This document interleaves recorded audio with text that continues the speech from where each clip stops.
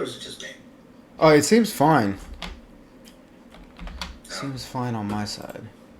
Okay, So I think I'll just power through it. you might actually Maybe be the my problem. Wi-Fi just is trash today. Yeah, I think it's been your fault. Your problem. You've been the problem. Yeah. You are the red flag. How do you reload? Okay, there X. we go. Oh. Okay. No, X is... I got that as a flashlight. Oh, man, I can't believe we're already in battle. We didn't get to really go into it. You have that as flashlight? Yeah. It's for me, it's X. Oh.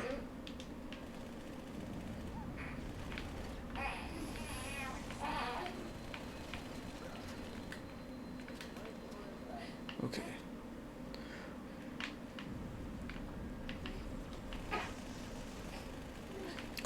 My little one is eating the blanket. She spit out her pacifier and now she's eating the blanket. Nice. Something else. Alright. Oh, okay. So we're starting. Okay. Yeah, So we're in. go ahead This. and introduce yourself, sir. Dude. My name is Matt. I was baptized Raphael after the Bishop of Brooklyn. Bishop of Brooklyn. Who lived in like the late 1800s and then into the 20th century.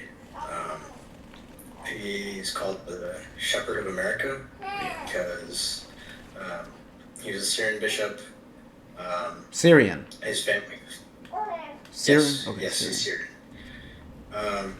he's Syrian. His family fled Damascus when his mother was pregnant from Muslim invasion, and he spent a lot of time. Well, he got his education in Greece, and then that's where he also became like a seminarian and ordained deacon and priest. He also wrote against the Greeks a lot about appointing a patriarch that wasn't Syrian in Antioch. That he really wanted. He thought that the people should be shepherded, by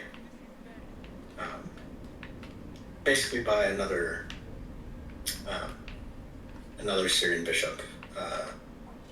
But because of that, he also spent a lot of time in Russia, since the Patriarch of Antioch didn't like him because of all the things he was saying against him. And then Tsar Nicholas sent him on a mission to America because there are a lot of Syrian refugees that had no priest, had no bishop in America. If you read his life, the man was always moving. He went across, in his life, they have his itineraries of all the trains he's getting on. That's pretty cool. You basically check into a hotel and then just ask around, basically try and find people with certain last names, ask if there are any Orthodox Christians that lived in each town, and there are stories of him, hearing hundreds of confessions and up until the early hours of the morning, serving liturgy, baptizing babies, or for a lot of these kids of these refugees, they'd probably never even seen a priest, let alone a bishop, just roll into town. Yeah. And then start baptizing and hearing confessions for the first time. So, yeah, he's really cool. I chose him because, honestly, I was going through a lot of different saints, kind of just all the popular ones that converts like to say. Yeah. like Constantine and Tsar Nicholas and. Those aren't even those aren't even ones I was thinking of, but I know what you're. Or Nectarios, and that's it's frustrating and not that you, since we're going to that topic, and now that you have to 100% agree with me, but it kind of makes me want to kind of go a different route. Like, oh, Yeah. I hear this saint's name a lot. I kind of want to not look into them, not because of course they don't matter or something, but it's just like, you just don't want to be like with the bandwagon. You kind of want to have your own thing. You don't want to be like the sixth Nectario Yeah, Saint something Parish. like that. And so, and also I think people maybe choose that saint because they're so popular and they're contemporary. And not that they don't connect with the saint, but at the same time, maybe they don't really look. You know what I'm saying? They don't kind of like really find, like, kind of go, down a few layers, to find like more, maybe not obscure, but maybe like obscure is the best way to put it. Um, like I Yeah, haven't, really dig into a saint that you feel yeah, like, um, I guess, found you in a way something when like you're that. Because that's, I while mean, you're that's how I searching. feel with Arsenius. Um, Uh, And I've only met one other Arsenius, I think, and that was at the monastery some weeks ago, and I was like surprised. But like, I don't run into Arseniuses. There's a few, but there are a few other folks within our circle who I don't hear their saint like that. yeah, Like Hannah's is Veronica. I don't know who that is. right. I haven't heard anybody else. And then there's somebody else. Hers is a Saint Bridget. I don't know who it is, but I haven't heard theirs Mm. either. I don't hear Constantine's like that. At least not at the local level. But It's maybe more like I don't know. He's just a monarch and emperor. it sounds like a bishop's name. Like I think there's like somebody. I think there's a Constantine. We have somebody in power right now who's a Constantine. So Oh yeah, I think your metropolitan is yeah, Constantine. it well yeah, duh. I knew that. But Um, but yeah, you're saying like searching for Saint Arsenius. well, I didn't even. Uh, Yeah, it was doing. So his day is May 8th, and I do the readings every day, or try to, and sometimes I'll just look at the saints that are on that day, um, and I just looked at his. Um, oh it happened. Here, let me see if I can just join you. You stay in the game. no, I'm out. Yeah, yeah, okay. That's Oh, it crazy. kicked you too? Yeah. Okay. Well, so let me. I don't know ours instead of assault rifles. I've never been a big fan I guess of we're the back. Are Halo. you? Huh? Oh, I was gonna say, are you recording it? Are you back in? I'm recording. Yes. Okay. I guess just to Oh, I shortly know wrap that. I up. know this map. Sorry. Go ahead. I guess let's just shortly wrap up choosing my saint. I was just going through like a bunch, uh, a lot of names that you hear like at first, um, but Ooh. my priest who I was talking to, um, I died. Starting He better kept than saying last time. no. I kept saying like, can I be this saint? Can I be that saint? And he was just like, I want you to be Matthew. And I was like, no, I want something new. I want something uh, different. Um, and I was kind of at the end of my rope when I had said that, I want to be Raphael Brooklyn because I kind of got to the point where I was like, what if I choose like an American saint? One that's close to home. So I looked at all of them, and I had like heard Saint Raphael's name a couple times before, and I thought, that seems cool. It seems interesting. I like how his name sounds. And then I asked him, I was like, can I be Raphael? And if I can't be Raphael, then I'll be Matthew. And he said, well, then that's the one. It's pretty good. That's pretty So, good. Pretty good. and Oh, yeah, soon after, I read about his life, um, and it really resonated with me, just with his like. so you went off the name first, not the. Not, Yeah, of I mean, course. I'm not trying to like throw shades. I'm asking. Yeah, I went off the name first, but after like reading his life, it was like such an amazing, beautiful choice. Yeah. Someone who just has like complete abandon, for themselves and just totally self-sacrificing. Um, Someone who always moves, which I feel like is pretty relevant to me. Um, he just loved people. Like one of his most famous quotes is that I'm Arab by birth, Greek by education. What by American, birth? I'm Arab. Arabic. I'm Arab by birth, Greek by education, American by residence, Russian and Slav and soul. So I think in some way he really just encapsulates that. There's no longer Jew or Gentile. Yeah. There's the Christian race, and that he's there to love all people. He's there to love Americans as well. Yeah. Because he was offered after people caught him for his work in America, he was offered to be like a higher ranking bishop back in Syria, but he said he didn't want to leave his flock in America. I feel that. I thought of that. I mean, the plan is to go into the priesthood, but you never know what God has planned. But I feel like I would be similar. Is I just would want a flock of people, and that's good enough for me. Like especially like this, like a John Cassian size or, like that would be what? That's to me that's amazing. Just that small like family group of people, and just kind of like constantly.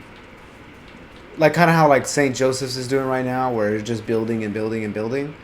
That would be awesome. And I'm like excited for the potential parish here in New Braunfels, just to kind of be a part of the growth. Peter, yeah. Be a part of the growth, and then just like it would be small, and kind of just it would be so much closer. So just getting a chance to be there like every other day. And are you closer to New Braunfels than St. Sophia's? I live in New Braunfels. Yeah, we're like 45 minutes. Okay. We're like 40 minutes from St. Gotcha. Sophia. Yeah. We're So yeah, a bit of a journey. yeah, and then I mean just about every parish is far, finally, but well every parish is far. There's St. Andrew's and Lockhart, and that's like 50 minutes, and then Right.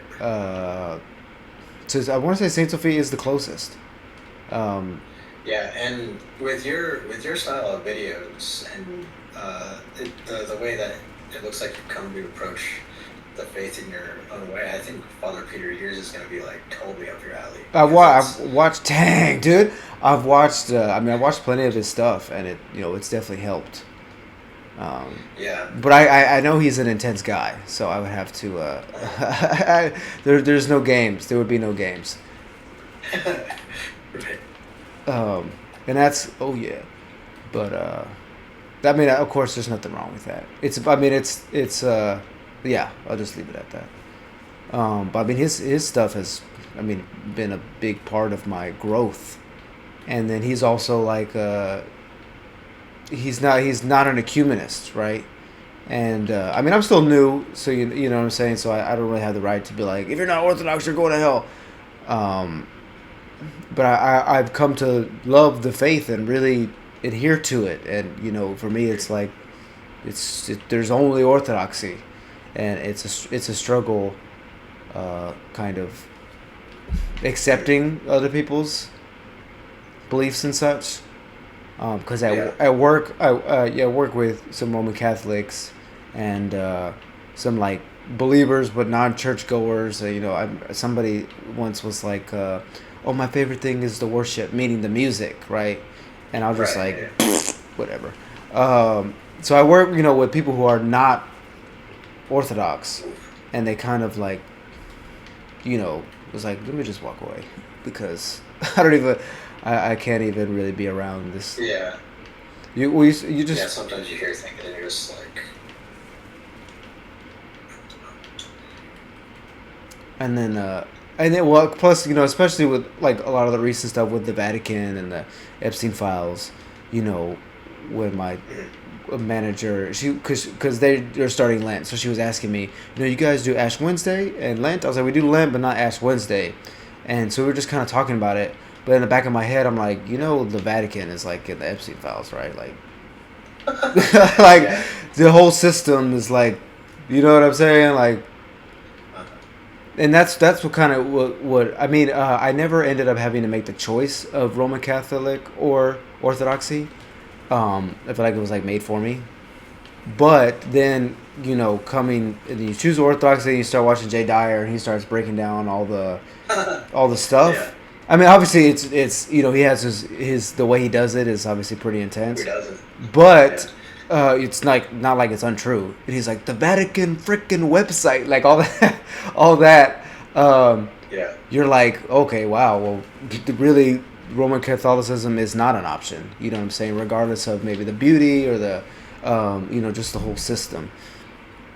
Um, so yeah, but then, like I said, then Yeah. when you interact with Roman Catholics, you're like, dude, do you not understand your system is like Yeah. corrupted? But yeah, I mean, but of course, Yeah. so there's This that is. test of love. You know what I'm saying? Well, okay, well, I have to be loving, Yeah. so let me Right. reel it At back least in. there's nothing wrong with. At least there's nothing wrong with Ash Wednesday.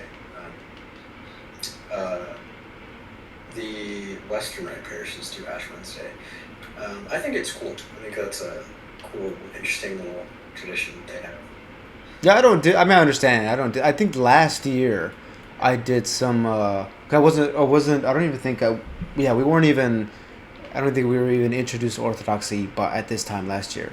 So I was looking at Ash Wednesday. Um, I think I watched a few videos on Ash Wednesday and Lent. Um, and I remember texting Orthodox Luigi about Lent. He gave me Not like really. a little whatever he said. So I guess maybe I Right. was introduced. Do you know who that is, Orthodox Luigi? I'm assuming you do. I do. Now he played Yeah. a big part. I watched a video of his kind of before he blew up about sola scriptura, like refuting it, and I really wasn't sola scriptura, but just kind of was like, I'm gonna check this out. And so I read, and it just kind of his like arguments like kind of blew me away. And so I don't know if did I already tell you about this. I kind of like stalked him. No. It sounds so silly looking back on it, but I like stalked him. Like I found him on like Substack and Twitter, and I saw that he Hmm. did. Just like, what does he have to say? Yeah, well, I mean, I didn't. I mean, now it's like okay, well, I should have found a priest, right?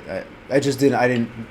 Oh, well, yeah, sure. But that I mean, I wasn't that far in yet. I just found this guy who had this way of thinking with the anti-social scriptura. So I was like, I need to pick his brain. Um, Hmm. and so I saw on Substack, he had like like a $8 kind of membership. So I bought that, and I saw that within that membership you could do personal phone calls. And so I got the little membership, DM'd him on Twitter, and we got on the phone. We talked for like an hour and a half or so, and Hmm. we kind of just talked. I was more curious. I've always been curious. I mean, when it comes to Orthodoxy, most of your questions can kind of be answered like just by Googling or reading. Right. But so I don't ask too many Orthodox questions. Well, I mean, I did at the beginning, but not so much anymore. Or there was a period of time where I wasn't too concerned about questions about Orthodoxy. What interests me is individuals within the Orthodox world. That really Hmm. piques my interest. Like how I haven't asked you yet in this Like video. what? Yeah, what their story is and. Yeah. Well, then like how I mean, like I haven't asked you yet in this video, but like, what's your hobby? Like that really interests me. Of it's That like is an interesting question. yeah, like Yeah, I've never how heard do you something. Orthodox? I guess is kind of like what I Yeah, want to know. it's a. That's a good way of putting it. Yeah, I just thought that. Um, Oh, okay. At least I got yeah. you. Did you ask him that, or when did you? I Did you ask him that, or when did you well, I asked him a that question? couple. I asked him a couple personal questions. Um, I didn't ask him that specifically, but I remember I got on the. I can show you the video.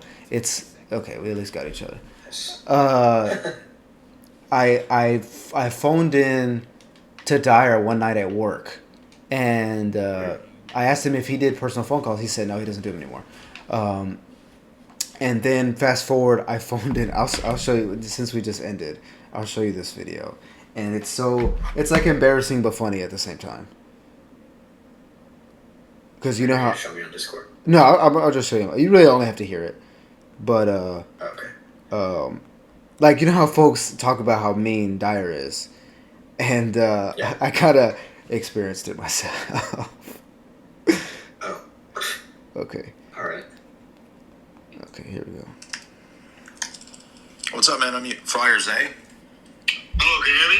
I don't know. Hello, I don't know if you remember, I called in, or I tuned in one time about asking if you did personal calls a few weeks ago. Okay. Oh, I mean, it is not. But I have like 1,000 questions. But I guess the one I want to ask is more personal. How does it work being like who you are, like quote unquote maybe famous or whatever word you want to use within Orthodoxy? Like, do you like have to like check in with your parish priest? Do they like I'm not trying to like get in your business. I'm just genuinely wondering how it works. I know you've been doing stuff long before Orthodoxy. You can hear it all? No, it's kind of in and out. The last part I heard was, do you have to check in with your parish priest? Okay, let me go back a little.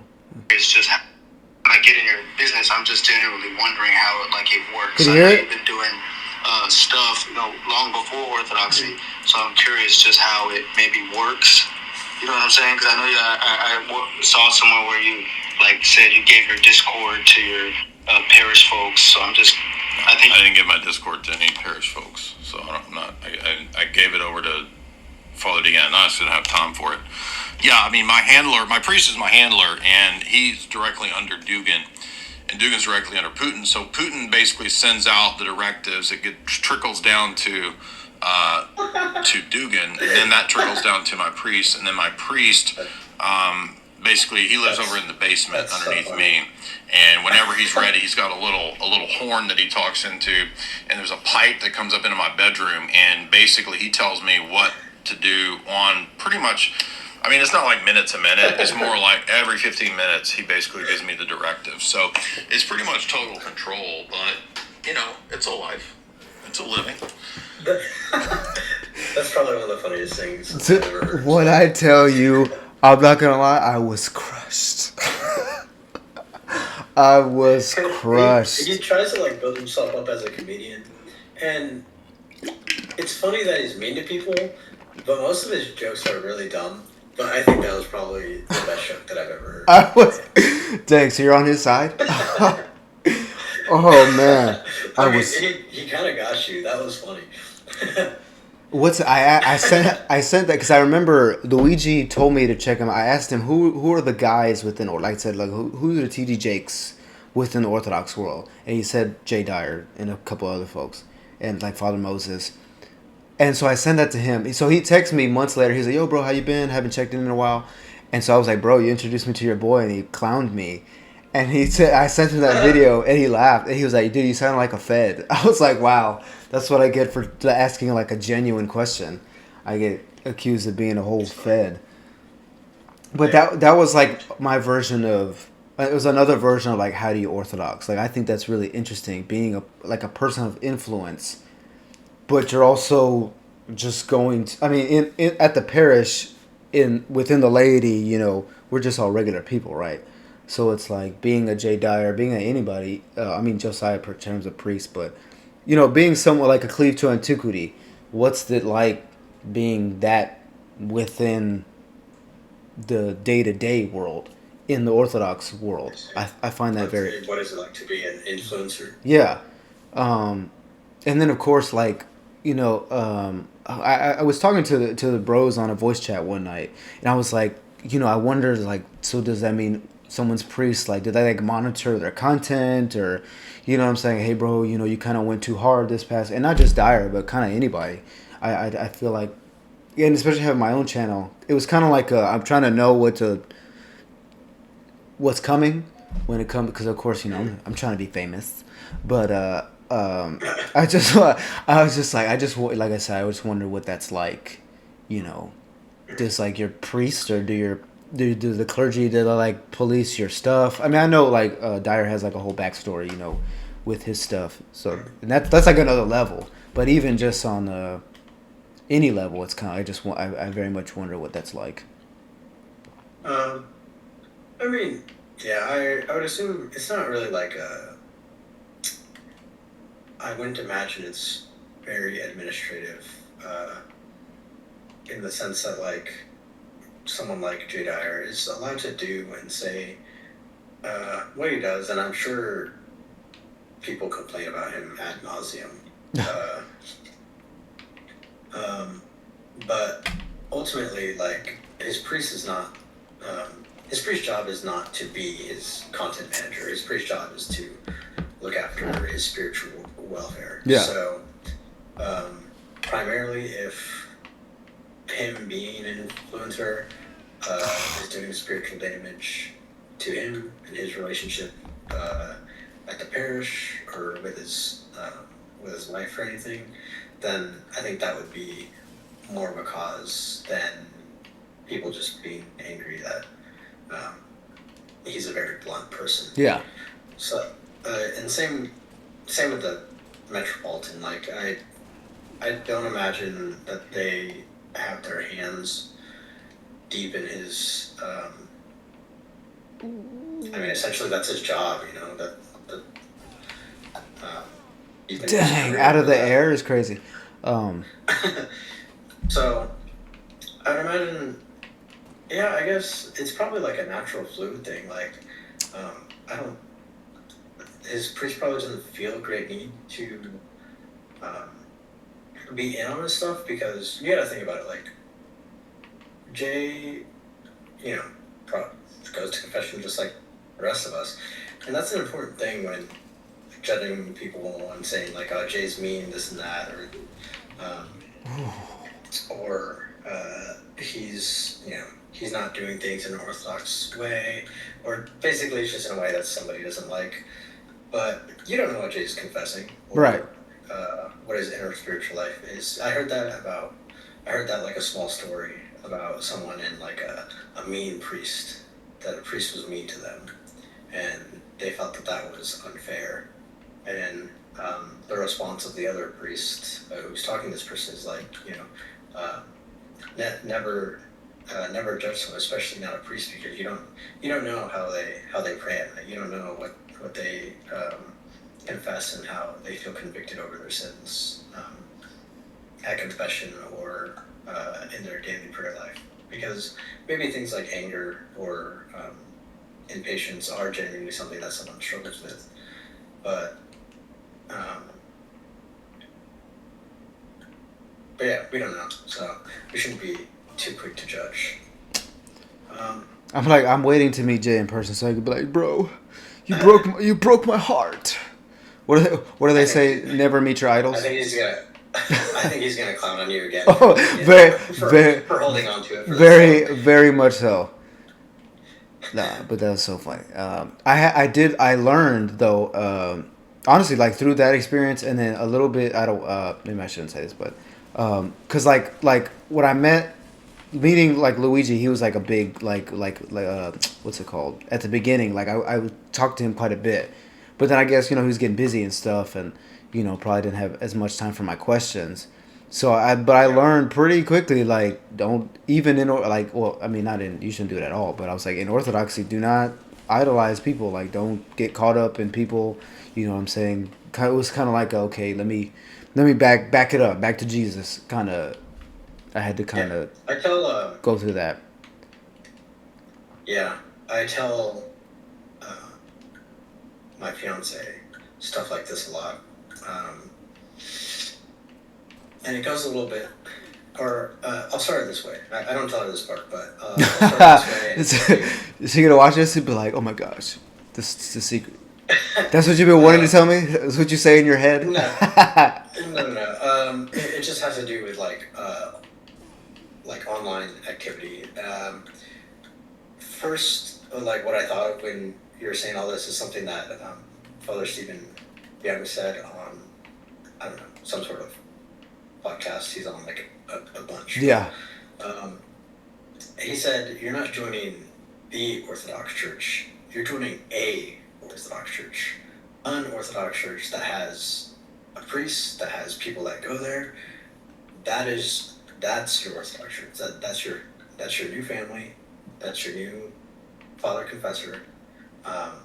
And your choice in joining is that you're saying that your spiritual struggle is going to be with them. So it's not like it's not the same as, you know, being like non-denom or you know, like there's a time and like there's a context to your orthodoxy that involves a priest who you know you're supposed to spill your heart out to, so that they can properly help you heal your spiritual wounds, and then a parish community that you should be close to, that you need to learn to love, because you always see these comments on like Instagram videos about like Orthodox and Catholic stuff, and it always says something like, "Oh, I love my Catholic brothers," or "I love my Orthodox brother," and it's like you don't know those people, you know. Like, are you saying non-Orthodox people saying that? No. Like, I mean, anyone who just says like in general, like, you know, I love, and I'm not saying, you know, that you shouldn't show like a general love for like your just fellow man. What I'm saying is, when someone says like, "Oh, I love this group of people," it's a little odd. Or even, you know, when you say you hate a group of people, it's like, well, it's odd to say such things because you don't know them. Like that's not a real relationship, and in a very real sense, like the internet and social media really do alter our conception of relationships to be something. The only good word I have for it is like unnatural. Yeah. And in the way that like, you know, a couple decades ago, and don't take this as a diss, but you wouldn't have been able to do something like be in such close contact with a Ben Luigi or a Jay Dyer. Yeah. Or even just the idea that we need to constantly be in close communication with significant others and spouses and kids, or always seeing people like post certain things, and what it does is like now you don't actually have to be involved in anyone's life to know like what's going on with them, to kind of keep up with them, and it creates an unhealthy relationship to the mind, to the person, because now all our relationships are mediated through the media, and that's why people no longer have quote unquote real relationships. They just have a relation to the media that someone puts out. Right. So that's what I mean when I say like it's odd to say that, you know, you love this group or that, because really what you're talking about is you love them through a medium, like through a phone. Yeah. But I mean, I can say that I love my quote unquote Catholic brother. Like I have a Catholic friend. He's one of my best friends, and I love him. And that really has nothing to do with him being Catholic. I love him because he's my friend. Because I'm close with him. I've spent so much time with him, and he happens to be Catholic. Do y'all have discussions? Huh? Do y'all have discussions regarding that? We have. Not lately. I'm just glad he started going back to mass. Really, he was having like big problems in his relationship, and when I heard that he went to one Orthodox liturgy, I think, and I think maybe it kind of gave him a little existential, like kind of feeling of dread leaving the Catholic Church. A lot of Catholics have that. The idea of leaving what they grew up with. Yeah. And I kind of understand that, but honestly, the conversation that's a conversation for later. Like I'm just happy he's going back at this moment, that he's expressing like the desire to search again, to want to be closer to Christ again, because ultimately, if people truly are searching, then they'll find their way to Orthodoxy. Yeah, I was telling my wife that recently. I mean, Scripture says, the Lord will reward those who diligently seek Him, and that's part of the reason I found the Orthodox Church. I mean, I never really stopped seeking God, so here's His church. Here's the fullness of His church. Yeah. So, but then also that kind of it makes me think of other people's kind of how much are people really seeking Christ then? When they kind of in lunch, I saw. I was like, I was like, did I get him? You're mid lunch. Yeah, I was like, for folks who kind of get stuck or like stop, in a non-Orthodox church, does that it just seems to like represent the ceasing of searching for God. Yeah. Like I could have done, one of two things in that scenario. I could have, when we had this conversation, he's like, yeah, I went to liturgy. It was really beautiful, but I just got this vibe. I talked to some people, and it just made me want to go back to mass. And I was like, the Greeks. He met some Greeks who didn't like him. He actually went to Father Josiah Trenum's parish. Oh, okay. The St. Andrews, the big, really big one. But I think regardless, it's not like I didn't go with him, so I don't know the details. I don't know what people he talked to or whatever. But ultimately, I could have done two things. I could have been like, dude, you're a heretic. You're stupid. How come you don't like it? And then probably really turn him off. Yeah. By saying like what he suddenly he's not my friend, and he's suddenly some like dirty heretic because he just didn't have the initial reaction that I wanted it to. Not just a heretic, but a dirty heretic. A dirty heretic. Yeah, but he's my friend. I love him. I want his marriage to be good. I want him to seek Christ out. And if he is going to seek Christ out, then we'll have another conversation, later down the road. And then maybe it'll be better, there's always seeds that can be planted. And then, I've learned that. I've had to learn that with a couple folks, interacting with a couple folks. I have. I don't want to say cut ties, but I have kind of lost ties with a few people since becoming Orthodox. But there's some other people that but you also learn from that, and then you kind of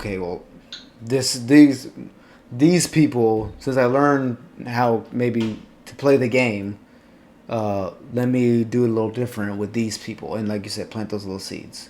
Because of course I wouldn't say his name, but there's like a guy who was coming to liturgy some months ago.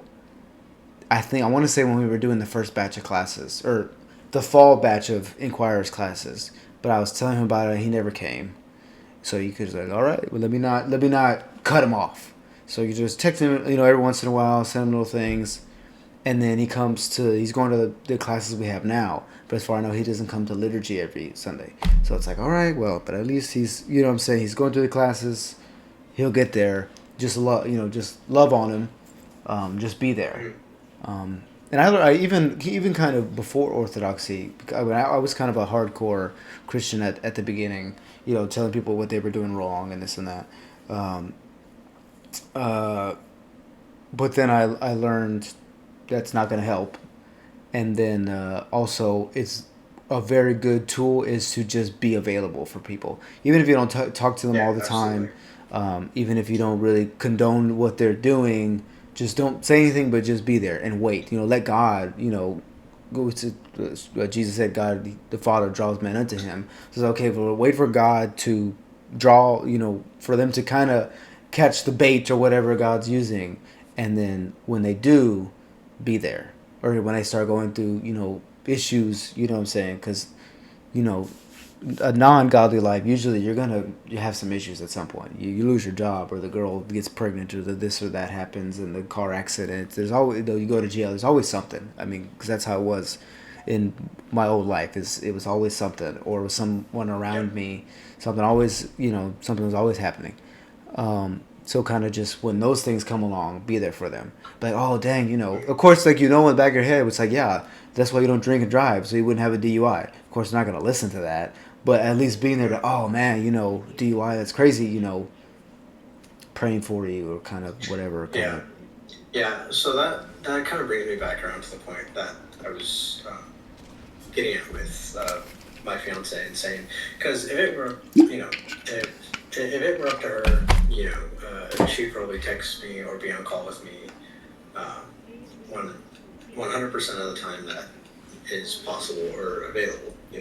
Oh no, are you getting like really bad lag? Yeah. Oh no. Is this campaign? It's a campaign. Yeah. Here, let me. Oh, why is Carter's head like not there anymore? Here, let me skip the campaign. Maybe or the cutscene. Maybe they'll fix it. I'm still lagging, but we can push through. It's not that serious. Well. Oof, but it's getting me too, though. What is this? This is. What do you mean? Is this a reach still? Yeah, this is reach. Okay, I haven't gotten this far in the campaign. I just chose. Oh. Oh no, I missed it. Oh, I missed it. Yeah. This looks like Halo. You followed me. This looks like Halo 3. You led me off the cliff. What's that saying? If your friends jump off a cliff, are you gonna look? That's crazy. Matt the bad influence. I'm going back. It's just not working. But anyway, as I was saying, if it were up to her, she would call me or be on the phone with me like a lot. But we're long distance. She's in California. I'm here, and whenever the people from the parish are over, because it's a small parish, the people there are very, everyone's very tight. Always over at her parents' house, because her parents kind of like run the church, since there's not really like a permanent priest there. Really? Yeah. The permanent priest passed away a couple months into my catechism. So our rector passed away, and there's not a lot of, or there's kind of a rotating roster. But anyway, they're very close and they're very tight, so people are always over at our house. And I always tell her, I was like, whenever people are there and she wants to text me more, I'm like, you have to text me when everyone goes home. You have to be there with those people, because that's kind of who I am. Like, I'm terrible at keeping up with people on the internet, but in my mind, that's kind of how my brain is wired, that trying to be in the here and now with the people that are around you, because I would hope that anyone who anyone else who is also like at their parish or away and can't be on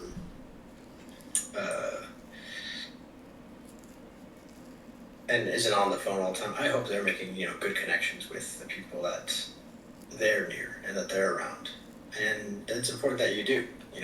Your life can't be mediated through just online things. Yeah. It's not really real. That's not who you are. That's not who they are. They have a life that they go about doing things, and I had to cut. A lot of people live that way, where they their normal life is kind of just something that they pass through in between online relationships, which is a sad way that a lot of people live. Yeah, I've had to cut back from the Discord a few times, and like delete the app a few times, because you just get caught up in it. And even like, It's nice that it's there. It's nice that it's there so that we can meet up in person with um, Orthodox people that are nearby. But I mean, yeah, that's the goal. The Discord's not a mean to an end of itself. The goal would be that people spend time with one another, learn from one another, spiritually lean on one another. Yeah, no, I at first I was like so excited. What's funny is I was never a bro. Like I never, even when I was I mean, I'm still in a frat, but even in my college frat days, like I always want to be around girls. Like that was like, who wants to hang around guys? Like that's gay. But that's 100% how I felt. I would be with bros, and then I'd make plans with a girl, but all right, y'all, peace out. Like I'm gonna go see a girl. If I was off work, if I was free, I was trying to be with a girl. So yeah, like I said, I never like a guy, a dude.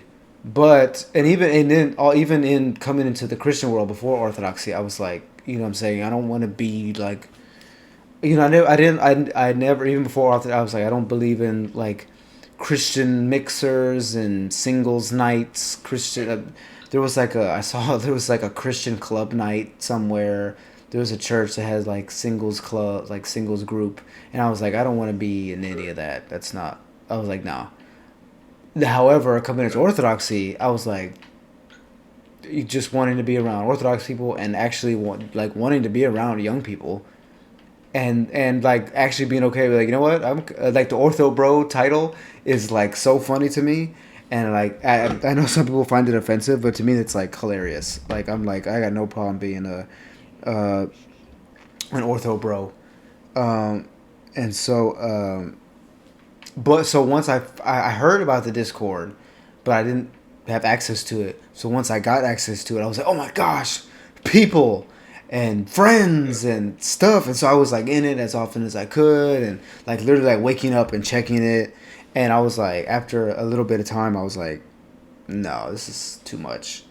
I'm going a little too hard, and so I like deleted it a few times. And I've attempted to find a bit of a balance.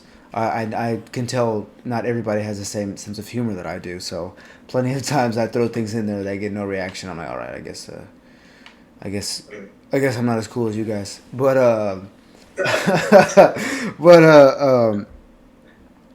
yeah. So yeah, now I'm trying to find a good balance of like that and like real life, especially having a child, and I mean, I can't be all up in the chat all day and ignore my child. Yeah. Because that's the other thing. Ultimately, because there's a goal beyond that goal of connecting people as well, which is obviously prayer. Connecting with God, communing with God. I have yet to kill anybody. Which is best done, in a communal aspect. But even the communal aspect, isn't the completeness. Obviously, God is the completeness, and really, it's do these people help you so that you can lead a more prayerful life, so that you can, so that you have a better relationship with God and the people around you, because ultimately it's one and the same thing, loving your neighbor, or loving God and showing love to your neighbor. So I guess in some ways that also in a way brings me to my hobby. I wouldn't say my more orthodox hobby is prayer, because that sounds super pretentious, but yeah. I wasn't gonna say that last time we recorded, but yeah, it does sound pretentious. I just like I like the beautiful language. I like when things are poised beautifully within the liturgical, prayerful book stuff that we have. This is like the worst that's not thing. To say that just the what? This sorry, I'm like super pouty or whatever, like little girl right now. Like this is terrible. Like I haven't killed anybody. Like this is, I hate this so much. Okay, we can I hate this so much. Game mode after this. I'm like rage quit mood right now. But I'm sorry. I'm sorry. Continue. And yeah, it's not to say that like I perfectly keep a prayer rule and I pray for so long every day. It's more so like I enjoy flipping through a prayer book to see. It's kind of like what you said in your video, like with the comp line, like everything's a puzzle, and Yeah. it's kind of fun. It's fun to like undo the puzzle a little bit. And that's how I was gonna say it. Like how you like flipping Yeah. through a prayer book. I love to flip through a liturgical book. Yeah, well, ultimately, like, kind of same thing, or getting at the same thing. And it's not because, these are magic spells or anything, that there's, like, um, a way that they have to be said. It's more, it's more so, like, bringing you closer to God through something that is beautiful, in a way, the same way that I like to, since my fiance's Orthodox hobby is, an iconographer. I get to share that with her, like I was talking about last time. And in the same way, like when an icon is beautiful, they're like the Byzantine icons, and they're all kind of samey. And even though they're really beautiful, like there's an obvious like pattern and way that they are. You're like, that's an icon. Like that one goes to church. It looks just like all the other icons. And then when her and I are looking through icons, and you find one that doesn't really fit that same pattern, but it's still beautiful, and it makes you see things,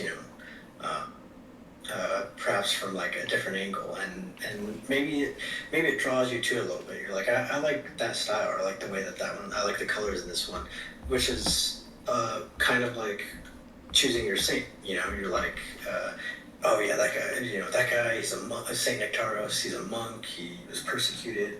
That's like an Orthodox saint. And then, I don't know, Saint Arsenius' life, but, or for Saint Raphael, it's like, oh wow, he came to America, and even though he's Syrian, he really loves the people here, he's into Greeks and Slavs, and he's a little bit different color than the other Syrian bishops, he's got a little different flavor to him. That is interesting about. There's so much to come back, kind of with the whole. What's your Orthodox hobbies? There's so much individualism. Like I was listening to a thing about kind of like a raising children thing recently, and someone was like, my bishop. It was like a priest talking. He was like, my bishop or somebody says once, that you should have a tidy house. And he was like, well, but you said, no, I don't think, I'm not really like that. I kind of disagree. And I was like, interesting. There's these two kind of different, he wasn't saying it's okay to have a messy house, but he was just saying, you don't really need a tidy house. You know what I'm saying? Because and then having a child, it's not easy, keeping it clean 24/7. Sometimes you just kick things out of the way. As long as sometimes like the dishes can wait. I just need to wash her bottles. You know what I'm saying? I'll get to the dishes when I get to them. I need work clothes, but the rest of the laundry, I'll get to that when I get to it. So it's interesting, those kind of two different. But, maybe this priest is saying, like, no, everything needs to be tidy and type of thing. But so there's these just different viewpoints. Who knows who's right? Well, not even that. Not even in that there is one right one, but it's all these are expressions to. They're all calling out, to God, to Christ. All the prayers, all the cries for mercy. Ultimately, you could just say one thing, Lord Jesus Christ, have mercy on us, but. There are so many prayers that ultimately they all say the same thing. And if you wanted to if you really wanted to I guess make it all about if we were to cut all the prayers that ultimately if you were to get a guy to summarize this paragraph and we could all cut it down, because why have all these words? Why have all these long services if not beauty? If not the fact that it's beautiful and that Orthodoxy isn't. It's not a cookie cut. It's a whole expression. It's really the whole human expression. Yeah. What am I listening to? What is that music? I don't know. Is that on the game? I didn't hear anything. It's weird. Anyway, let's get out of this game. It could have been someone's mic. My wife actually sent me something earlier about repetitive. Right here. Team doubles 2v2. This is team doubles. It's 2v2. So it's us versus. Oh no! Did you just leave? Oh no, you're here. No, but it was about someone was saying just ritual that it looked beautiful but felt repetitive. Orthodoxy, standing, chanting, incense, repetition, and so I told my wife, I was like, I had actually kind of been thinking about something like that recently. That about somewhat the repetitiveness within Orthodoxy is that even though we go to liturgy every Sunday and it's 70% the same, the variations make it interesting, and those are so exciting. This week is Nectarios, and next week is Hieromartyr this person, and then we're starting Lent, and then it switches, and there's a Triodian, and then it changes to the Pentecostal. Like for me, that's like it's like a drug. The differences. I get excited every week going through the liturgy beforehand to see what the differences are going to be. And then on top of that, so even though we're going to liturgy, it's like this week it's raining, this time it's cold. You don't know who's going to be there because not everybody comes every Sunday. Sometimes you don't see, okay, well, we have a child now, so that's a whole different going to liturgy now. So even though, there's a repetitive... There's like a basic, there's like a foundation that can be repetitive. Everything outside of that makes it exciting, if that makes sense. As opposed to, I'm sure you've experienced it in before Orthodoxy. You can go to church and it's not repetitive, and you get nothing from it. Almost. The aim of the non-denominational is to. Ultimately, it's to be. Its goal is to entertain. Yeah. Which is not what. Which is kind of like what I was saying with the social media, and if it's always. If your goal is just to be stimulated, to just be entertained, to have endless content, then you're not actually living. You're kind of missing the forest for the trees. I don't know if that's an apt description, but. And then there's no what the heck. There's no guarantee that you're actually going to be stimulated every week. Why am I not moving? Right, and it's ultimately not. You're not moving. Like my controller's not working. I don't know. I can move with the mouse and stuff, but I cannot move with my controller. That sucks. Oh, that's weird. We're probably going to lose. I wonder if they can hear us. I was wondering that with the last game. What the heck? Let me unplug it. Plug it back in.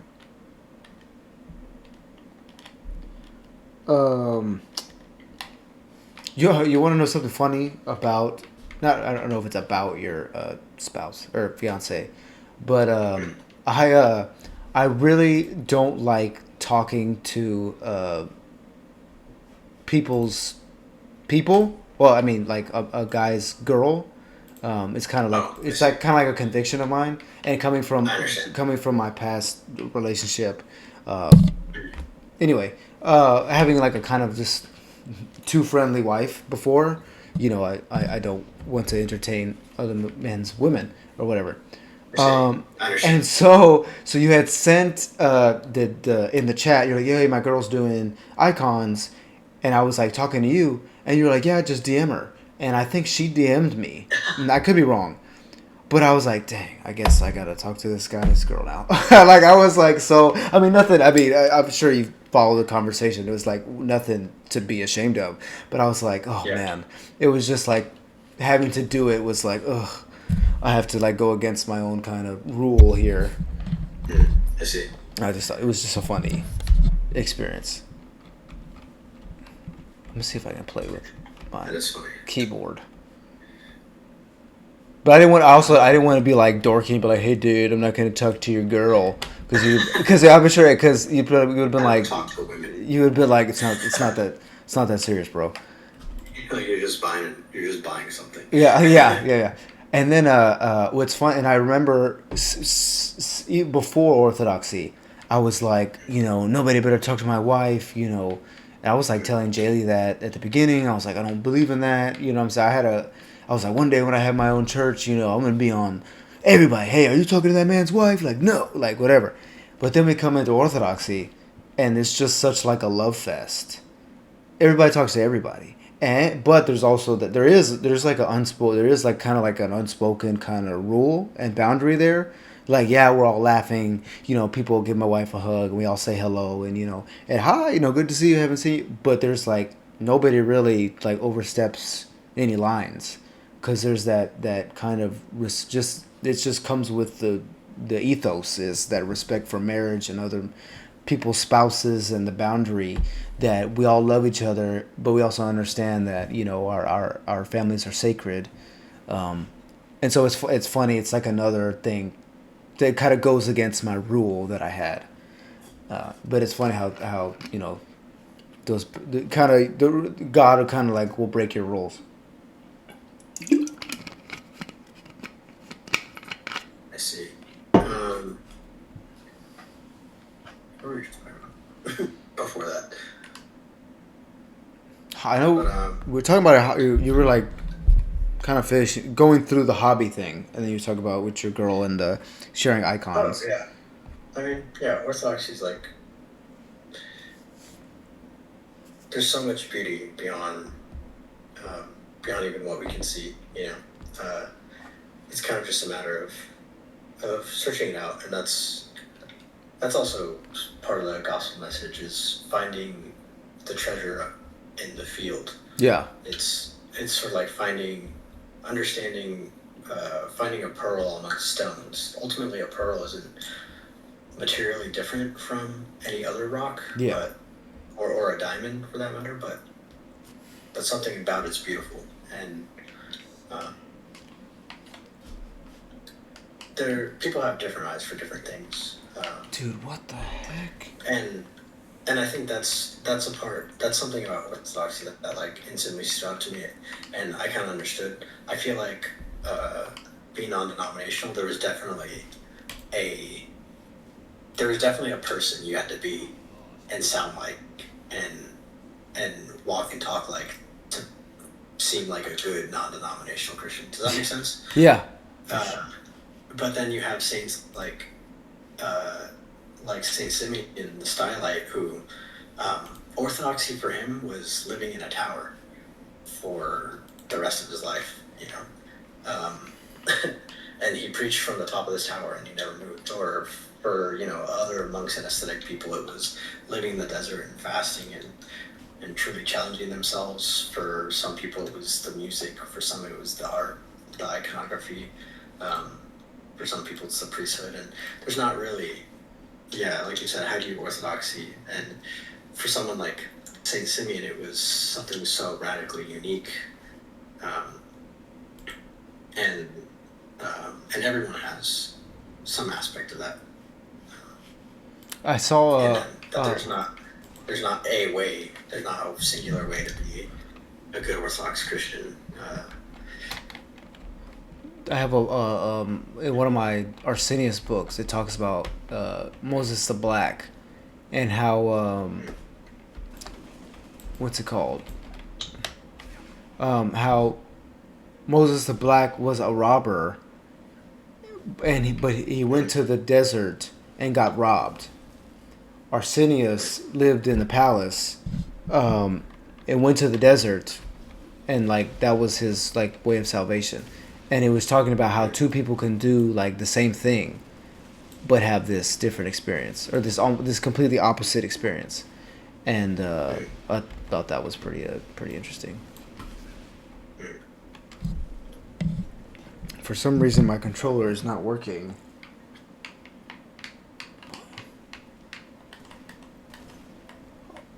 Really? You still have to use. If you go into options, you Yeah. should be able to click gamepad again. If for some reason that's not working. If you find Gameplay, gamepad, D-pad, default, restore defaults.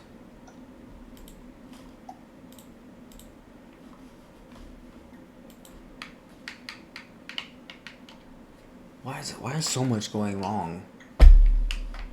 I can move my freaking.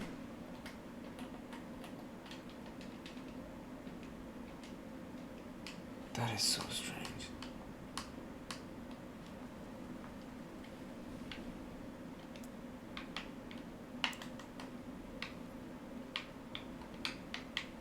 I have no idea what has happened here.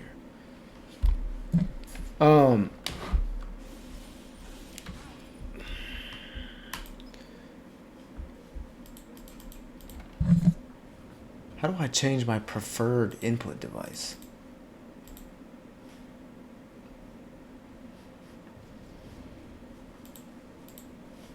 I'm not sure.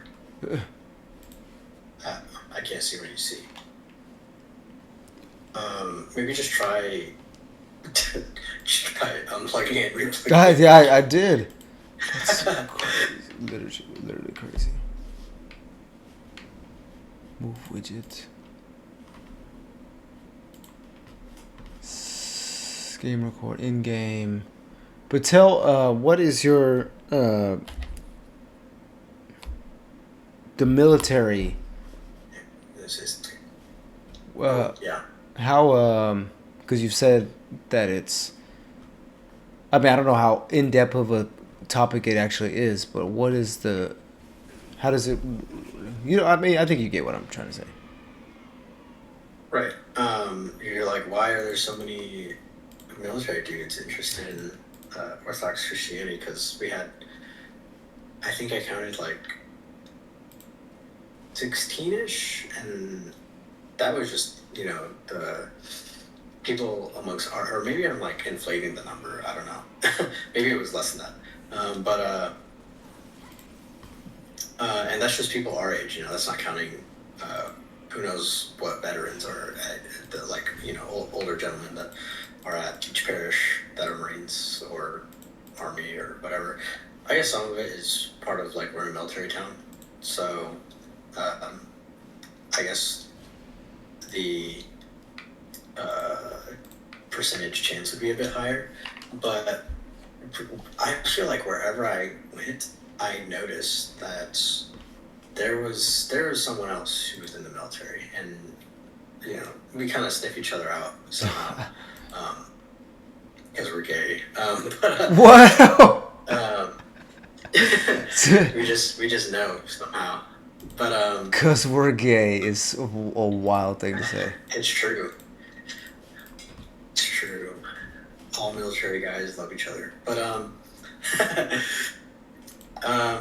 but yeah, in my experience, which is based off no official data, I've always met someone who's also in the military at whatever parish I went to, and as I was saying, like even you get 2 people in the room of 30 people who are in the military, that's like a huge statistic. So what I kind of and people like my friends were also they're kind of catching on. It's there's sort of like a spirit of Orthodoxy in the air right now, and a lot of the people who are like catching on first are military, even if they don't convert like while they're in, they know about it and are interested because it can kind of be a hard lifestyle change, especially when you're already have like kind of a hard lifestyle change, which is the military. But basically, like the aspects I go into are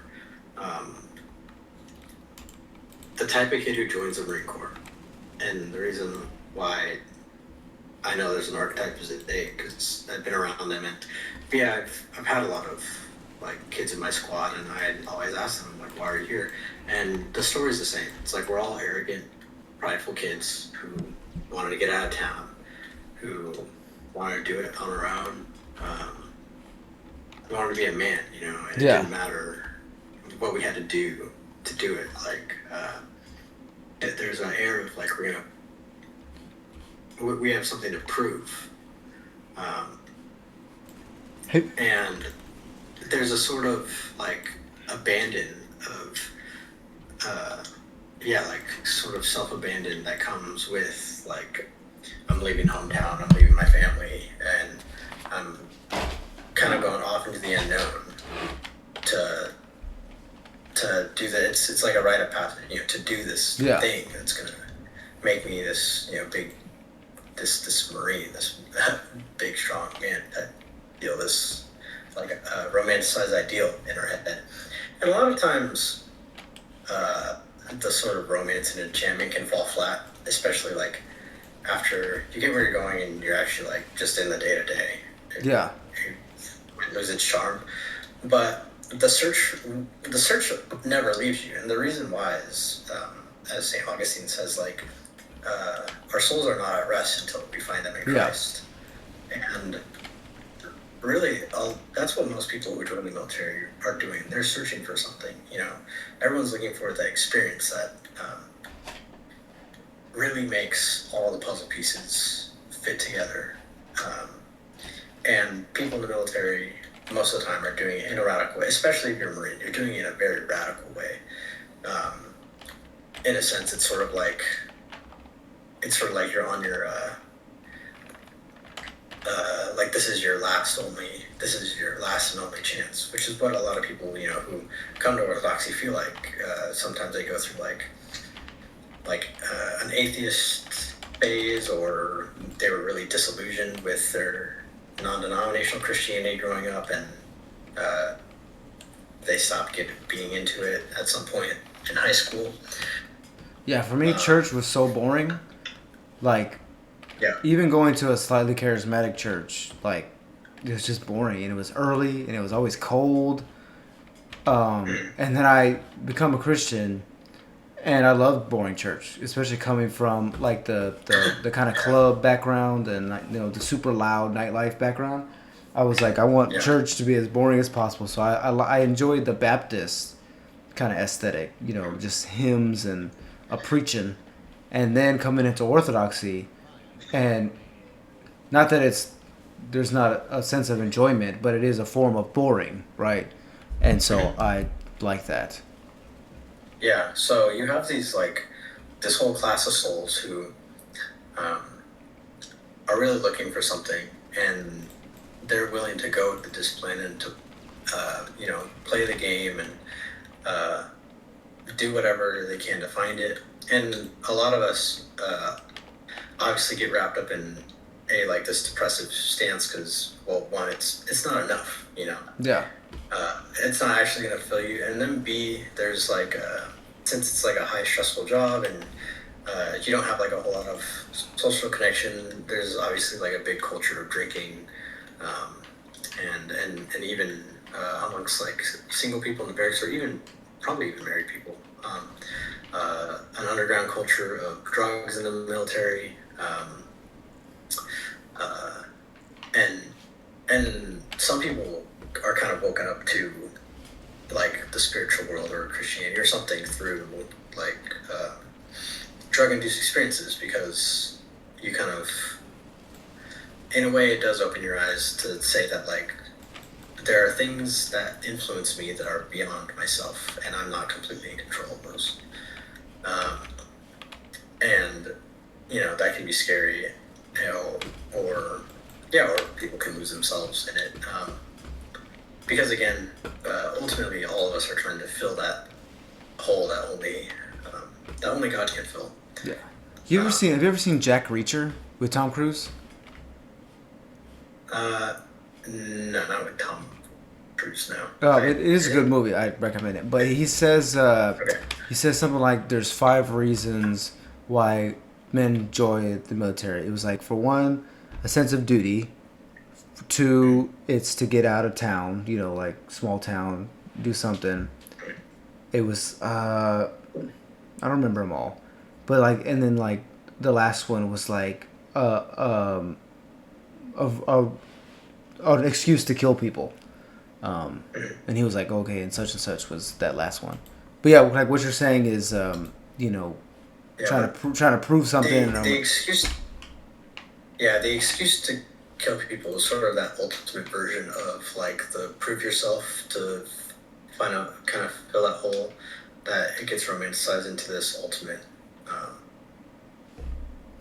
like once I do that, then I'm the guy or something. I have had this experience that a lot of people don't have.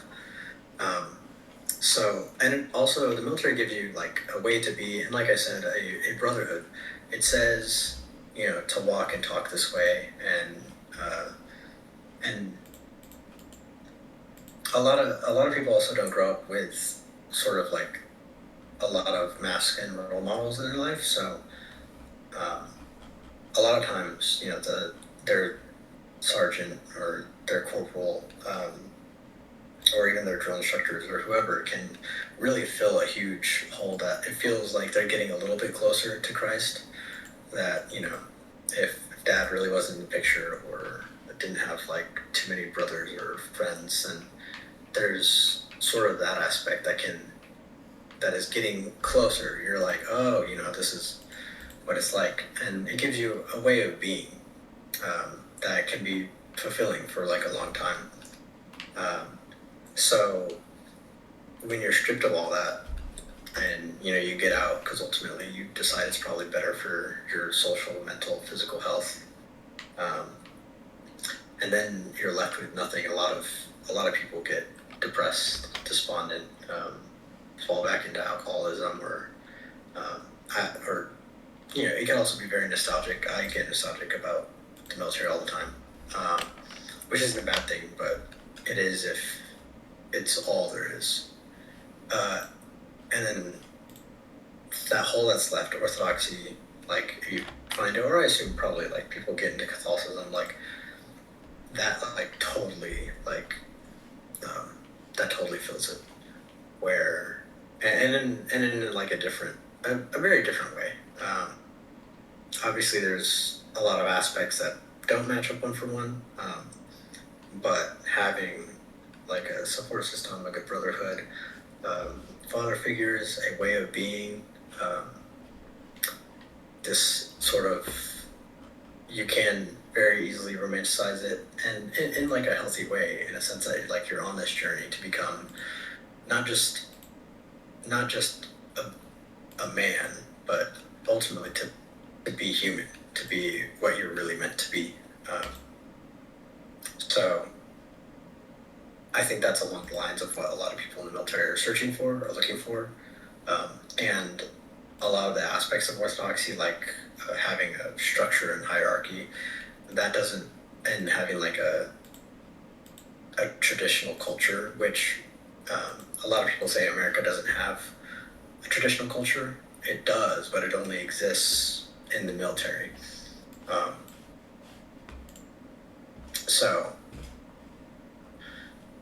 all those things that Americans are kind of like put off of, authority, a way you have to be, a community, that you have to, like there are rules, like it's a very non-American.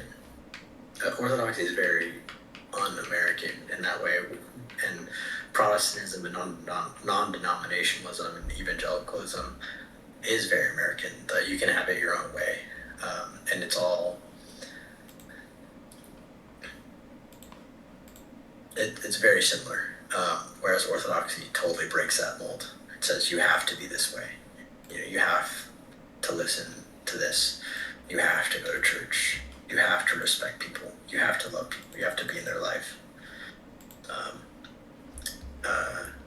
It's not all about consumerism. It's not all about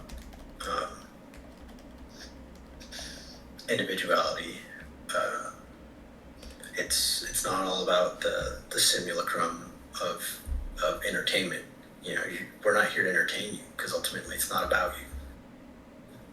All those things are very un-American, and a lot of that gets pounded into you in the military. That it's not about you. You have to be this way. You have to listen. You're not in there because when you're in the military, you're not an American citizen. that enjoys all those freedoms of you get to be your own person. You get to do this, do that. You're quote unquote free. You sign your life away. You don't have freedom anymore. You're fighting for the freedom that other people have and enjoy. So I think that's kind of all the things that map on. I'm sure there's like a lot that's maybe more of the in-depth, but that's how I see it. And I know a lot of people who understand analogies that are closer to the military than other things. Like I explained this to my buddy because he was like, why do I have to like listen to my priest per se? Not that he was like totally against it, but he was like, why is there structure? Why does it make sense? And it was like, well, think of it this way. When you're a rifleman, you're a baby rifleman who just got out of school and you're at your first duty station with your first unit and your first squad leader. That rifleman who's starting out, he doesn't know what to do. He is not immersed in who he must become. He ultimately must become like a squad leader, because a squad leader is an experienced rifleman. He's and he's in charge of other riflemen and shows them what to do. So think of the priests, like your squad leader, who's there to mold you and to build you up so you can be a more experienced, a better rifleman, a better Christian. And everyone knows that, like, a rifleman on his own, in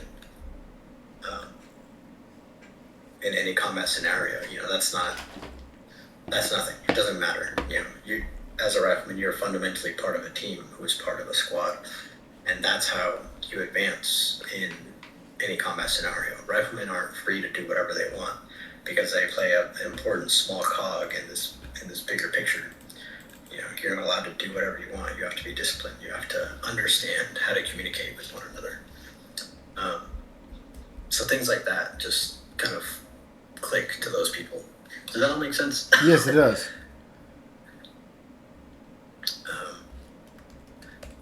So yeah. And like I said before, I found out about Orthodoxy through a buddy who was interested from online. I don't know why the session isn't putting us with anyone else. Oh wait, it just said player found. Okay.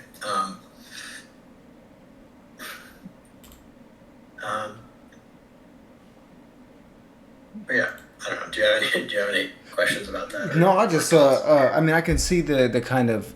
I mean, I was at ROTC in high school, and there was a certain discipline in that. And I remember my mother telling me that she could see the difference in me. I wasn't like hardcore.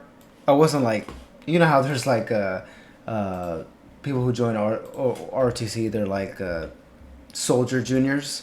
I wasn't one of those, but I did enjoy it. And so I could see so when you had mentioned it, that, that there's similarities, I can see it. And I was curious, if there's like if you're the only, well, I mean, I've assumed you weren't the only person who felt that way. And so I feel like that's a good conversation, that's a good like topic or concept that I don't think I've seen really discussed just yet. I think maybe I've seen like one person, an influencer who was Orthodox, be on like a podcast and talk kind of in that way. But yeah, I guess. I mean, it's not like Orthodox is all about being in the military, but well, yeah. But also makes sense, for God, how God can use, something.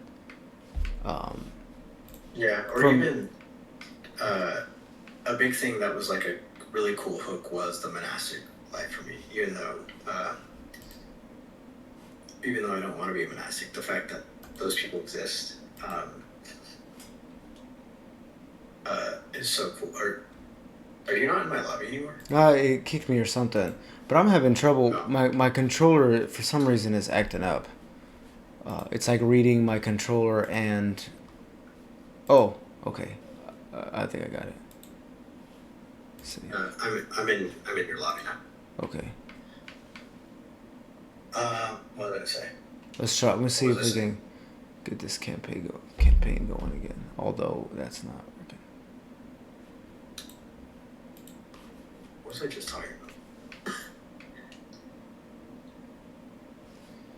What the flip, dude?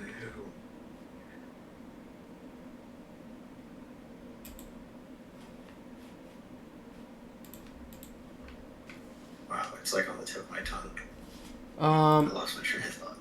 That's fine. I think we'll have to cut it off anyway because I'm having issues with this controller, and yeah, we can keep talking. Who do you like? Who do you like watch? Like, what's like your kind of like Who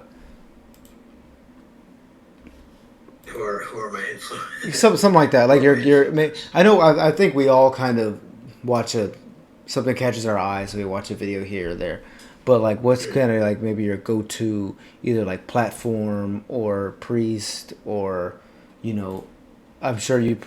I don't know if you've dissected like all of your Saint Raphael stuff. Because I try to get my hands on anything Arsenius. I mean, he doesn't have. He doesn't have a lot of writings. I've already read his life, which there's one in English, and then his main writing, which is just one, which is a pretty simple text, which is his like. It's kind of like it was his master's thesis for when he was in seminary, but it's just like it's basically just like on the importance of tradition. It's not long, but I'd say Jonathan Peugeot was really like kind of my vibe. Like I really liked all the apologetics, but I knew that there was more than that. And Jonathan Peugeot is genuinely. Yeah. I watch like everything that comes out. Really, like even like his hours long lectures and stuff. That's interesting. I watched some other stuff. So cool. Yeah, he's a smart guy. He's different. Yeah. I remember you say when we met at the bookstore, and you were like, I mentioned apologetics, and you were like, yeah, well, when you get through that phase, you're definitely gonna start praying more. And I remember I caught that. I was like, I feel like he was throwing me something there. He was trying to, direct me. I remember, what you're talking about, and I was gonna say, well, look at you now. You're like dissecting the whole service of Compline. Yeah. Oh, yeah. I mean, I also, and it comes from coming into Orthodoxy being new, completely new, structured worship. Laid out worship. I mean, obviously it's not just on paper, but worship on the paper, that's a whole new thing. And then being a curious individual and being a male and also having a wife who's also very new to this, and not wanting to just be like, personally, because I've heard kind of priests, and I hate to disagree with priests or speak against priests, but I've heard a kind of priest that'll be like, yeah, go to liturgy and just be there. Don't worry about what they're saying. Don't worry about this and that. And I'm like the opposite. I'm like, I got to know everything. And what I'm saying, every which way, and why is he doing that? And why is this? And what is this service about? And but I was asking in the chat, is this service going to be longer? Like, what to expect? Yeah. And like I said, and not wanting my wife to get disconnected from this thing because we don't even know what's going on. And then also there's there's the Greek, and it's like, what Kyrie what you know what I'm saying, you don't even know, what I'm saying, there's just all this stuff, and so it's like digging in, and like I said, falling in love with it. And then I personally, like, now that I've been in it for a while, and realizing, okay, I do this liturgy thing every week, I probably should know it. I should probably know it pretty well. And I personally don't believe in just going through the motions. And, when do I cross myself and why? Knowing that, as opposed to I cross myself now because that's what we do. You know what I'm saying? I feel like there's a difference between knowing when crossing yourself comes and the Kyrie eleison and the Lord have mercies, but knowing when all of that is coming, why it's coming, what it means, as opposed to I've just been here long enough to know that's when we do this. You know what I'm saying? Right. And Yeah, actually participate. yeah, Actually because participating, and not just because I notice, because I still have a book, I've got multiple books, and I hate to like lift myself up like I'm better. It's not that I think I'm like better than this person or that person. I see other individuals in the liturgy, no book, no nothing, and it's not that they're not engaged. Like they'll cross themselves and they'll prostrate or they'll bow, but I'm just like, but are you doing it because? And I understand, it's not necessarily my business. We're not really supposed to be looking around judging others, but I think you get my curiosity. Is just like the old lady, the old Greek ladies. I mean, they could. I know they know this like the back of their hand. So that's one thing. But then the like I said, maybe people more our age who I'm just curious. Like, are they just crossing themselves because that's what we're supposed to do, or you know what I'm saying? Do they know, or do they just kind of go and do they hear?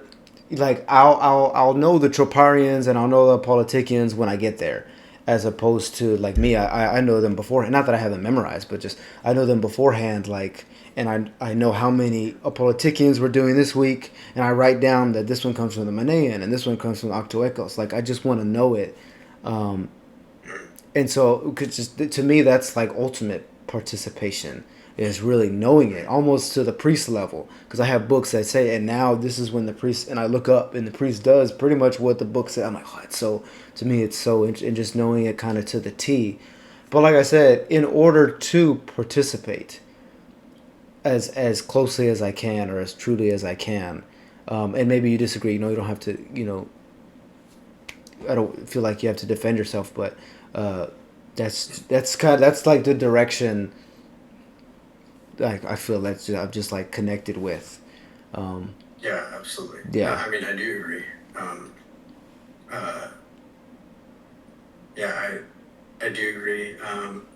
Maybe uh, maybe not in the sense of like incessant to like I don't know everything that goes into matins. I Right. generally know. I started with liturgy, kind of what I was saying, because we do liturgy every week. That was kind of like okay, that's the main one, really learning that Right. one.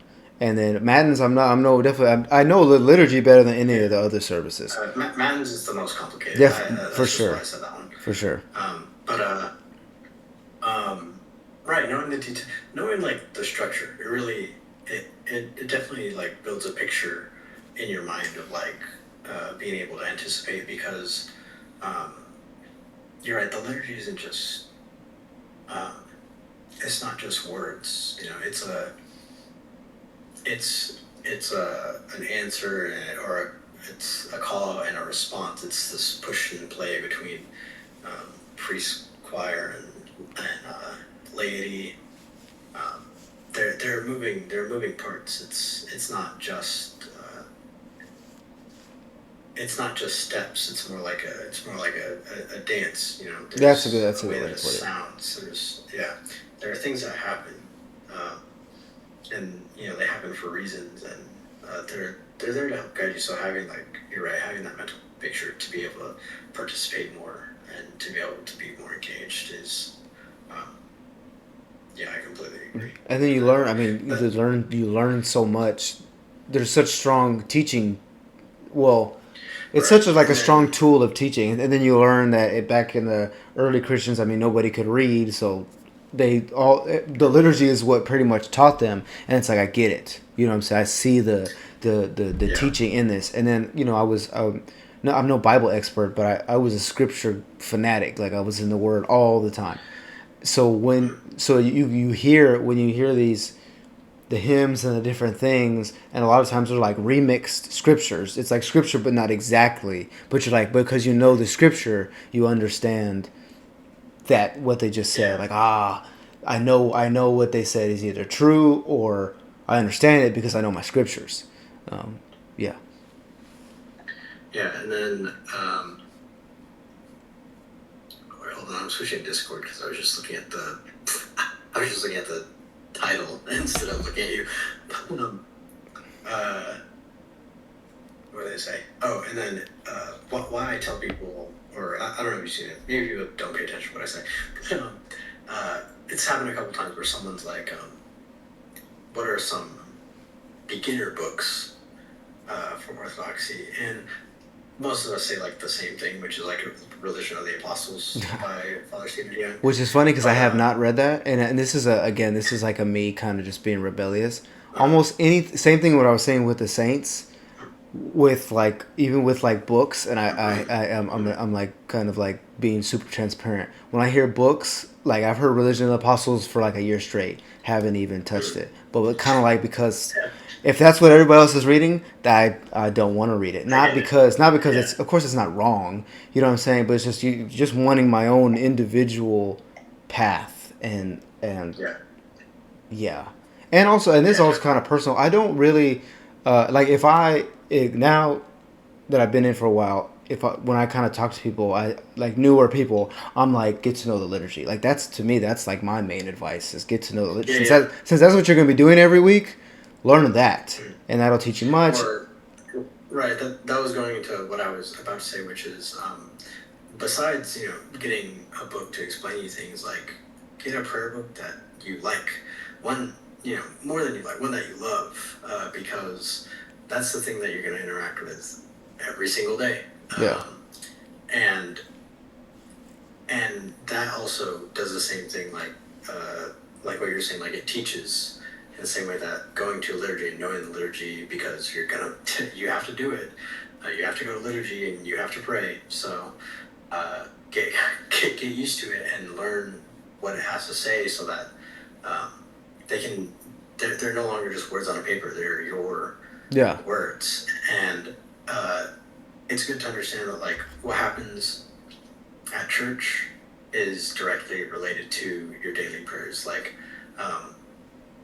If you think about it, like as children growing up, if they understand that is connected, that liturgy is connected to what happens like at home every day, that what happens at home every day is like a little liturgy, and it always and throughout the week it leads up to the big one, then that kind of like connects every aspect of life to every Sunday, to the cycle, to the big liturgy at the end of the week, to ultimately to communion. So that way, liturgy doesn't just become this arbitrary thing that happens one day out of the week, but really there's all these little liturgies that happen all throughout the week, and it's my daily prayers, and it's leading up to the big one. Especially when you see it's preparing me for that. When you see like in like at least on the app that I use. Each saint day or day has like it has a like an apolitikian. It has their variable. Like so, sometimes how I think about it is if there was a liturgy. Well, there could be liturgy just about every day, but that day, this thing would go into that part in it all. Yeah, precisely. You know what I'm saying? So even if it's a Tuesday. It's like if we were doing liturgy today on Tuesday, this would go into that, or the feast of this, or the apodosis of this, and kind of like how you said, it's like apologetics. It's like don't even bother. You know what I mean? Like it's kind of how maybe what I would tell my old self is. Yeah, maybe not just don't even bother. Or at least the debates. Well, once you're sold, once you're sold, like be in it, Yeah, because you get that kind of animalistic manhood that we have sometimes.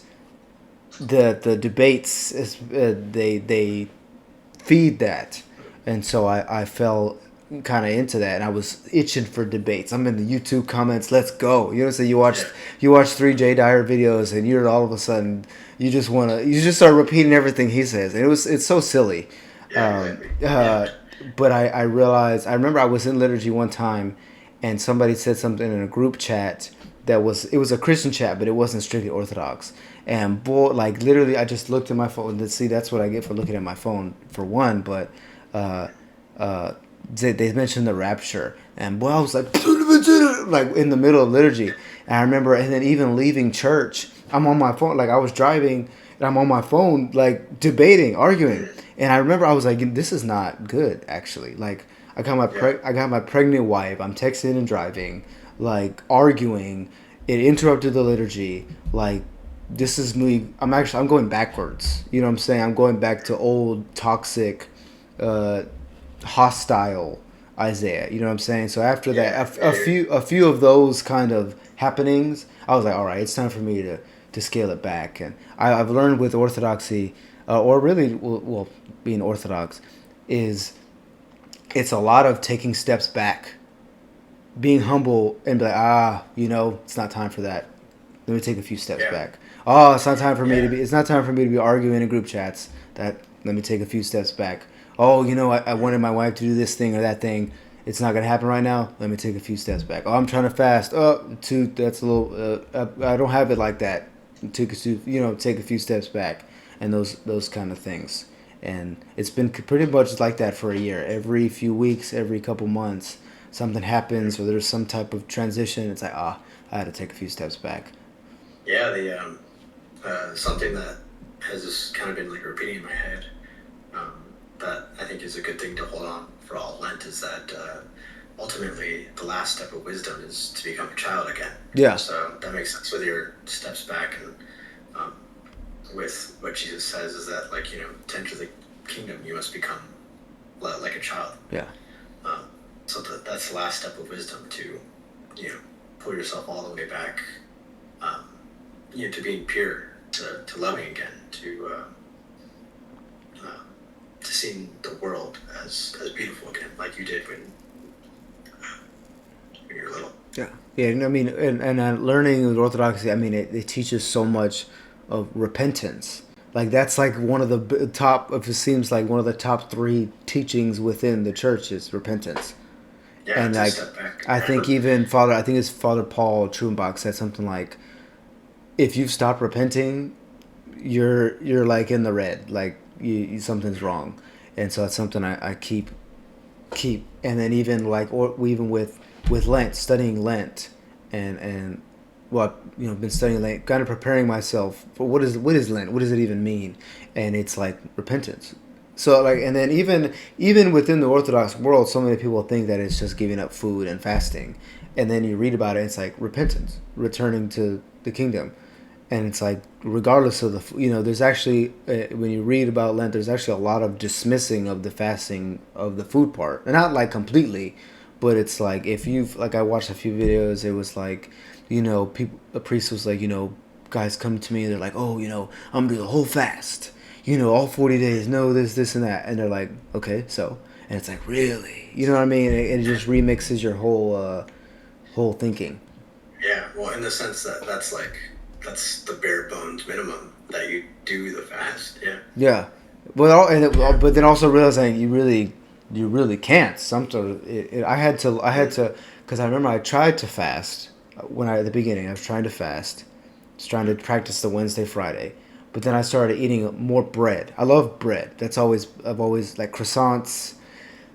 You know what I'm saying? Breadsticks. Like it's always been a thing for me. So here I am. I would try to fast from meat and stuff, but then I would start killing bread. I'm like, okay, I'm feeding it. There's this passion that I'm still feeding into. So I had to figure out a certain way to kind of balance it. And kind of, again, with the steps back, you start learning. Even Dyer has said it. Like, even Dyer said, like, oh, you can learn all the theology and stuff, but then you realize that you're fighting your passions every day. And then you start discovering these new passions. These new things, this thing, I never thought it was a problem, but it seems to be a problem. And even having a child, like, I always knew it was going to be hard. Never for 1 second thought it was going to be easy. And then she's here, and I have so much less patience than I thought. Oh my gosh, I'm such a worse dad. Like, the frustration that comes, especially in the middle of the night. Oh, I'm like, I have like the worst, like, can't believe why did I ever even have a kid? Why did I ever get married? Like, this is so dumb.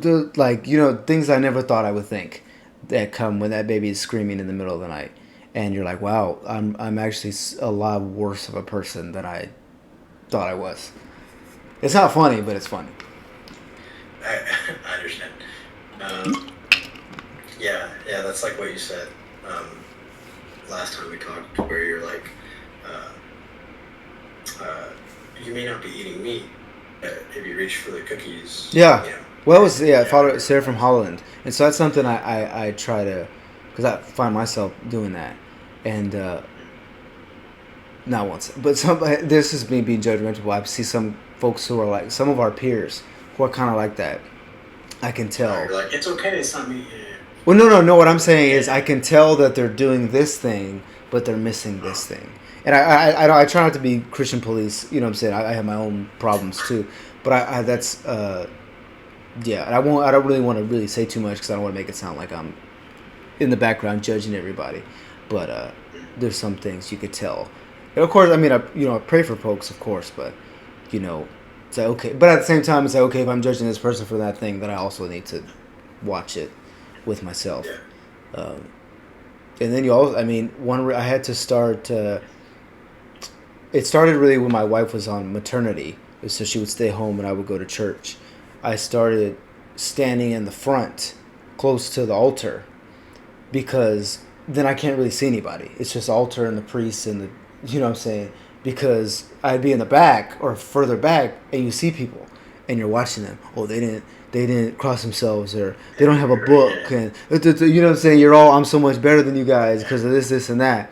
And I was like, I don't like that. I need to be closer to the front where I can't really see what's going on behind me, and then I can focus on the liturgy and such. And now we sit in a little like private room, so it's a little different, but like I said, learning these things about yourself, and